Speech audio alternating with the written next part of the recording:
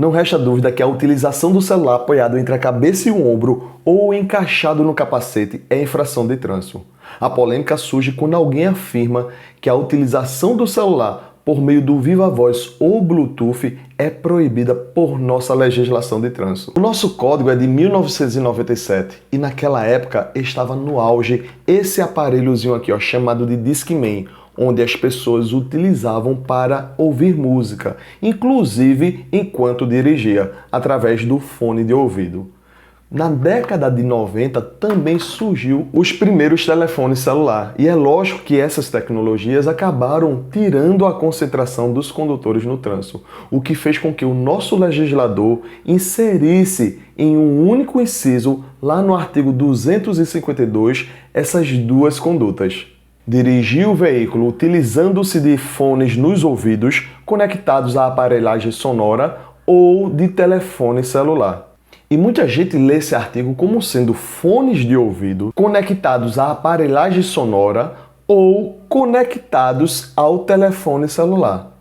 Porém, essa leitura está equivocada. O correto é dirigir veículo utilizando-se de fone nos ouvidos conectados à aparelhagem sonora ou utilizando-se de telefone celular. É tanto verdade que, se você for observar a ficha de fiscalização dessa infração, verá que existe um enquadramento para o uso dos fones conectados à aparelhagem sonora e um outro enquadramento para a utilização do telefone celular. Quanto ao fone de ouvido conectado à aparelhagem sonora, até o ano de 2022 só era infração se o condutor estivesse com os fones nos ouvidos. Porém, após uma atualização no Manual Brasileiro de Fiscalização de Trânsito, que entrou em vigor agora em janeiro de 2023, passou a ser considerada infração a utilização de um ou dois fones, ainda que em apenas um dos ouvidos. Já quanto à utilização do celular, o nosso legislador lá em 1997 não tinha como prever a nossa comunicação por meio do WhatsApp, ou até mesmo que o celular seria possível a gente realizar uma filmagem. Então, para acompanhar as mudanças sociais tecnológicas, o nosso legislador inseriu no artigo 252 o parágrafo único, que passou a considerar como sendo infração gravíssima a conduta de segurar ou manusear o telefone celular. Porém, a infração quanto à utilização permaneceu, onde cometeria infração de natureza média aquele que estivesse, por exemplo, utilizando o celular apoiado entre a cabeça e o ombro, ou então encaixado no capacete, ou ainda quando o passageiro estivesse segurando próximo ao seu ouvido. Esses três exemplos são os apresentados no Manual Brasileiro de Fiscalização de Trânsito. E se você analisar a ficha de fiscalização dessa infração, não encontrará em nenhum momento uma menção à utilização do celular por meio do Viva Voz ou até mesmo do Bluetooth.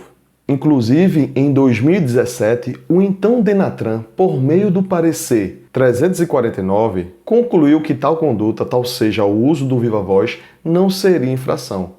Inclusive encaminhando tal parecer que se deu por meio de uma consulta administrativa para o órgão consultivo da Advocacia Geral da União, que corroborou o posicionamento do Denatran em razão da ausência de previsão legal. Inclusive sugerindo que, se for comprovado que esse sistema coloca em risco a segurança do trânsito, que o Denatran provoque o Parlamento brasileiro para que seja feita a devida alteração no Código de Trânsito Brasileiro, que passaria a prever tal conduta, tal seja a utilização do Viva Voz ou do Bluetooth. Porém, esse não tem sido o entendimento de diversos conselhos estaduais de trânsito, como é o caso do CETRAN do Paraná, que emitiu uma nota técnica número 04 de 2019, após consulta da Autoridade de Trânsito do município de Londrina, que seguiu o entendimento do professor Júliver Modesto, tal seja, pouco importa de qual maneira se utiliza o telefone celular, se segurando com uma das mãos, com ambas as mãos,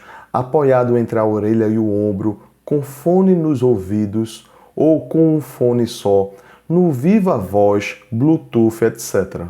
Entendo que o uso do Viva Voz ou do Bluetooth tem sim previsão legal, quando o celular estiver sendo utilizado. Considerar essa utilização como sendo uma ausência de previsão legal por não estar lá no Manual Brasileiro de Fiscalização, e sim apenas aquelas 3 condutas que mencionei, seria defender que essa conduta aqui não é infração, por ausência de previsão legal.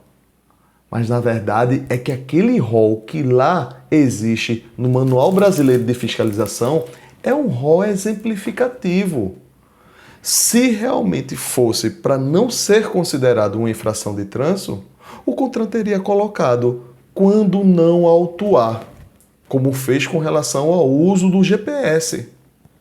Acontece que, de fato, o CONTRAN ficou em cima do muro. Talvez porque requer um estudo mais aprofundado, um estudo técnico. E é lógico, uma consulta pública. Por isso, gostaria de saber a opinião de vocês. O que vocês entendem? Se essa conduta é ou não considerada uma infração de trânsito? Espero que todos tenham gostado do conteúdo. Convido a todos vocês a conhecer o meu canal Trânsito Livre. Um forte abraço e até a próxima.